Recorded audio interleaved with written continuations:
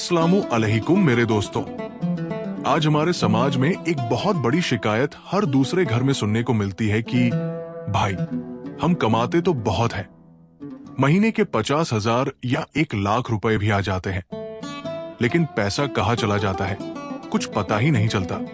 हाथ में पैसा टिकता ही नहीं। महीने का आखिरी हफ्ता आते आते जेब खाली हो जाती है और घर में तंगी छाई रहती है।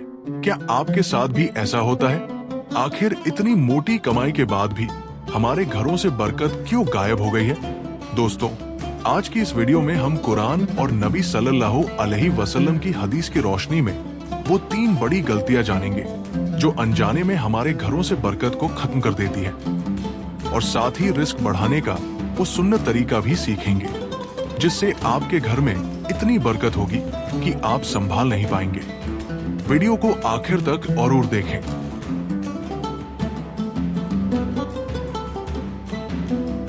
सबसे पहली और सबसे बड़ी गलती, हमारे माल में किसी भी तरह की हराम कमाई या धोखे का शामिल हो जाना। चाहे वो व्यापार में झूठ बोलकर सामान बेचना हो, नापतोल में कमी करना हो, या फिर बैंक का सूद, इंटरेस्ट और रिश्वत का पैसा हो। हमारे नबी करीम सल्लल्लाहु अलैहि वसल्लम ने फरमाया है, वो गोश्त यानी वो शरीर जन्नत में दाखिल नहीं हो सकता जो हराम माल से पला बढ़ा हो। दोस्तों, जब घर में 1 रुपया भी हराम का आता है तो वो अपने साथ बीमारी, कोटक चहरी के चक्कर और फालतू के खर्चे लेकर आता है। मेहनत की कमाई से बरकत गायब हो जाती है।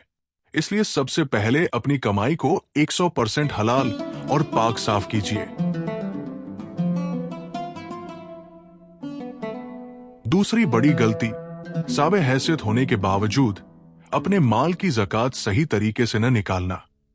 बहुत से लोग सोचते हैं कि ज़कात सिर्फ सोने चांदी पर होती है, लेकिन आज के इस मॉडर्न दौर में अगर आपके पास कोई डिजिटल एसेट्स है, शेयर मार्केट या म्यूचुअल फंड में इन्वेस्ट किया हुआ पैसा है, या आपने कमेटी डाल रखी है, तो उन सब पर भी शरीयत के हिसाब से ज़कात बनती है। कुरान मजीद में अल्लाह ताला का साफ हुक्म है, और नमाज कायम करो और ज़कात अदा करो। सूरह अल बकरा 43। ज़कात का मतलब ही होता है माल को पाक करना। जब आप गरीबों का हक मार कर बैठ जाते हैं तो अल्लाह आपके माल की हिफाजत का जिम्मा हटा लेता है, और फिर वो माल धीरे धीरे बर्बाद होने लगता है। अपनी ज़कात का सही हिसाब करिए और उसे हर साल जरूर निकालिए। तीसरी वजह, हमारे खुद के गुनाह। कई बार हम सोचते हैं कि हम मेहनत तो पूरी कर रहे हैं, फिर रिस्क क्यों रुक गया?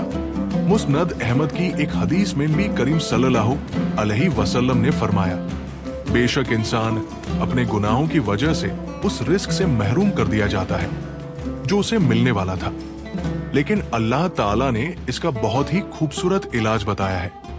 इस्तिगफार यानी अल्लाह से माफी मांगना। सूरह नूह में अल्लाह फरमाता है कि अपने रब से माफी मांगो, बेशक वो बहुत माफ करने वाला है। वो तुम पर आसमान से मूसलाधार बारिश बरसाएगा और तुम्हें माल और औलाद से नवाजेगा। सूरह नूह 10 से 12। अगर आप चाहते हैं कि रिस्क के दरवाजे खुलें तो चलते फिरते कसरत से अस्तगफिरुल्लाह पढ़ने की आदत डाल लीजिए। चौथा और आखिरी सुन्नत तरीका, रिस्क को बढ़ाने का। दुनिया का नियम है कि पैसे खर्च करने से कम होते हैं, लेकिन अल्लाह का नियम है कि सदका देने से माल बढ़ता है। सही मुस्लिम की हदीस है, नबी करीम सल्लल्लाहु अलैहि वसल्लम ने फरमाया, सदका देने से माल में कभी कमी नहीं होती। सही मुस्लिम 2588। जब आप अल्लाह के रास्ते में जरूरतमंदों को देते हैं तो अल्लाह अपने खजाने से आपको 10 गुना वापस लौटाता है।